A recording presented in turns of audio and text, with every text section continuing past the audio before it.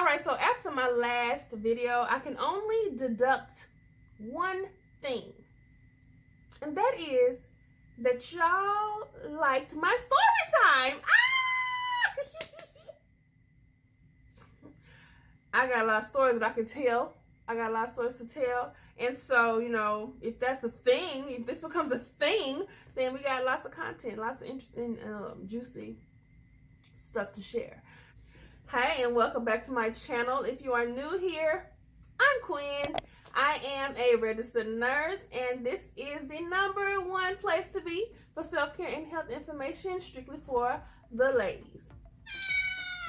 I make videos here every single week, and if you enjoy this video, all I'm going to ask you to do is just consider subscribing, blacking it.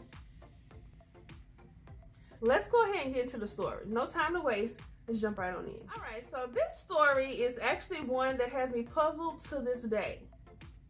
When I was a little girl, I was sick. Now, I didn't have any chronic illness or anything like that.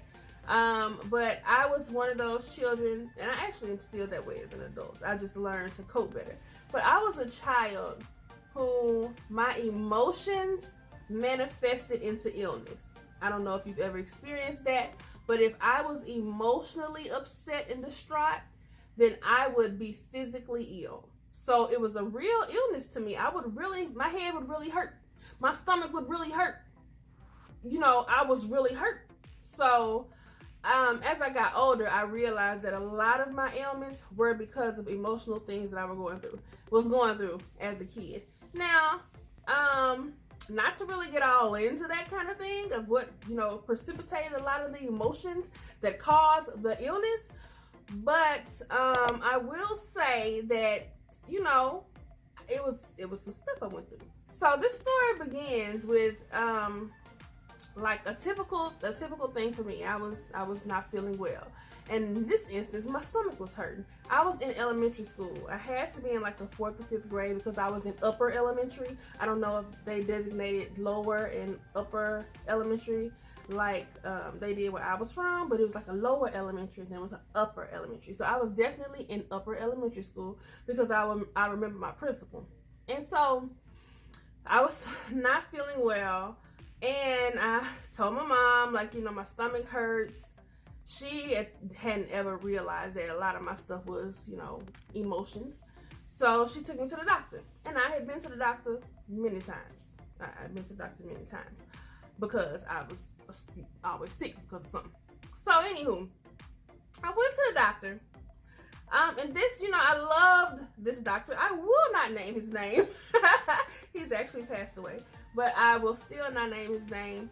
But I really don't know why he chose to do what he did. Anywho, went to the doctor, you know, told the doctor what's going on. They did my vital signs, did the triage and everything. And this doctor decided, in upper elementary school, upper elementary school student now, which means I was, what are you in upper elementary school, like 9 or 10?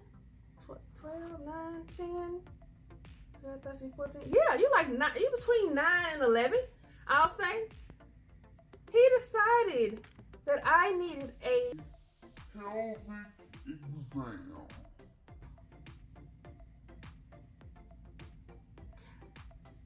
I didn't even know what a pelvic exam was. So I'm like, and my mama was like, okay. Now, don't y'all talk about my mama. She knew I'd be sick all the time. I don't know. And to be honest, you know, I get a lot of comments from women saying that they are adults and their moms or dads or whoever, their guardians, never taught them like about hygiene, about nothing about their feminine situation. So that's actually kind of common. I'm not saying that just because I'm saying that my mama allowed me to have a PAP or a pelvic at such a young age. I'm saying it because it's honestly true. I get that a lot, that women, they just never was taught these kind of things. And speaking of that, I am going to do a series on hygiene that is coming. Y'all been asking me for it for a while. I just didn't want to keep saying the same thing that everybody else was saying. So I wanted to come with something new, and I think I have got that under wraps. So be on the lookout for that. So yeah, my mama was an older mom. She was older than all of my friends' moms. So I can only assume that she didn't know. She wanted to find out what was wrong with her baby. And if the doctor is saying this is what we need to do, this is what we need to do, as far as she was concerned. So like I said, of course I had no idea what was going to happen until he left out the room. And I still remember this vividly to this day. Walks out the room and, you know, the nurse comes back in with the gown, you know, with the little situation when you're about to get a pelvic exam. And my mama's like, okay, you know, you need to unrobe. You need to take your, I mean, she didn't say unrobe, but you need to take, you know, your shorts and your panties off and lay on this table. And I'm like, why? No, sir! What did I do that for? Of course, I wasn't sexually active. Nobody even asked. No, doctor didn't ask, nurse didn't. Nobody asked. Mama didn't ask. Nobody asked. But I was about to get this pelvic exam. So, knowing what I know now, I know that I didn't need no pelvic exam at that time because my stomach was hurting. My stomach, y'all can't see my stomach, but I'm pointing to my stomach was hurting. Not my lower abdomen, not even my pelvis. No, that was all right. I wasn't having no discharge, wasn't having none of that. So anywho, that was my little ring. I'm like, why? She like, you need to do it. The doctor gonna check. It's gonna be all right. And I'm like, okay. Of course, I ain't got no idea that he gonna actually like put something in there, open it up, do all that, put his fingers in there. I ain't know it was gonna go down like that. But I'm trusting my mom. I do it. I get on the table. You know, I took my shorts, and stuff off. And I am laying there, and you know, he come in, and he like, put your legs up, he put your legs here. I'm looking at my mom like, and she like, go ahead. So I do that. And here the nurse come, and she pulling out the speculum and the gel and the Q-tips, you know, all the stuff you need to do one of them. And I'm like, okay, scared. But then he proceeds to start to do this exam. He like, you know, you're gonna be a little uncomfortable. I'm like, you know, uncomfortable don't sound good, but uncomfortable don't mean pain. But so, okay, and my mama right here, and she okay with it. He tries to insert the speculum. And he's having a difficult time, of course, because I am a child. Of course. It's hurting. I'm screaming. Just like, ow!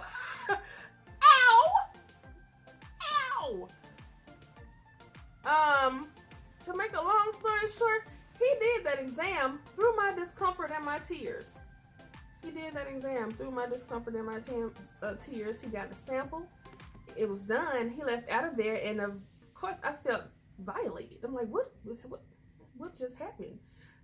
Mama has to console me, and she like, you know, you okay? They trying to see what's wrong, blah blah blah.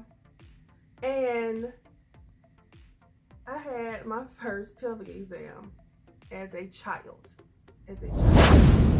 I grew up in a very rural town. I'm not trying to make excuses for nobody, because everybody, now I'm a nurse, I know that we have to have continuing education.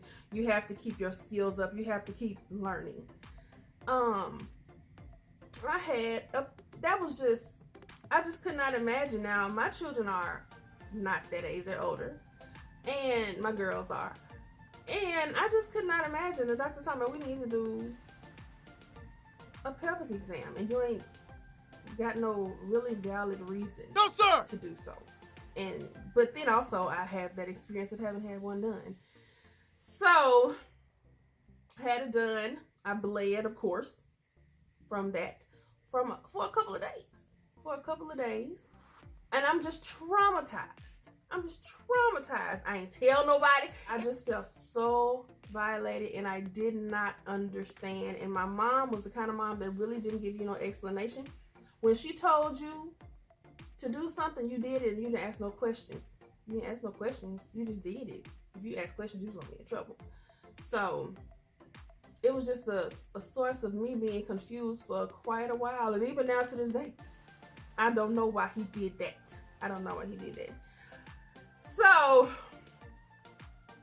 So it was just, and a lot of that. Now this might have been something that good that came from that. I'm scared. I remembered back then how much that hurt. So it's like, I had nothing to do with that. So anyway, this story time was a little traumatic. I hope you all are okay out there. Just make sure that you're not letting doctors sway your decisions because they the doctor. I will say that. Because that's definitely a lesson that I learned, you know, to be an advocate for my children and myself when it comes to the medical field, because what they say is not always set in stone, and this is coming from a nurse, okay? All right, that is the end of this story. I hope you enjoyed it and you're not traumatized, like for real, because I am okay. We're good. I'm good. My mom's good. We're good. Everything's good. But anyways, I will put a link to my other story time that y'all seem to really like up here, or maybe in the description, or maybe in the comments somewhere. It's gonna be available to you. I do have other videos because I've been around for, you know, a little minute here. My channel is growing. Let me stop and say that. Thank you so much if you are already a subscriber to my channel, because it means the world to me.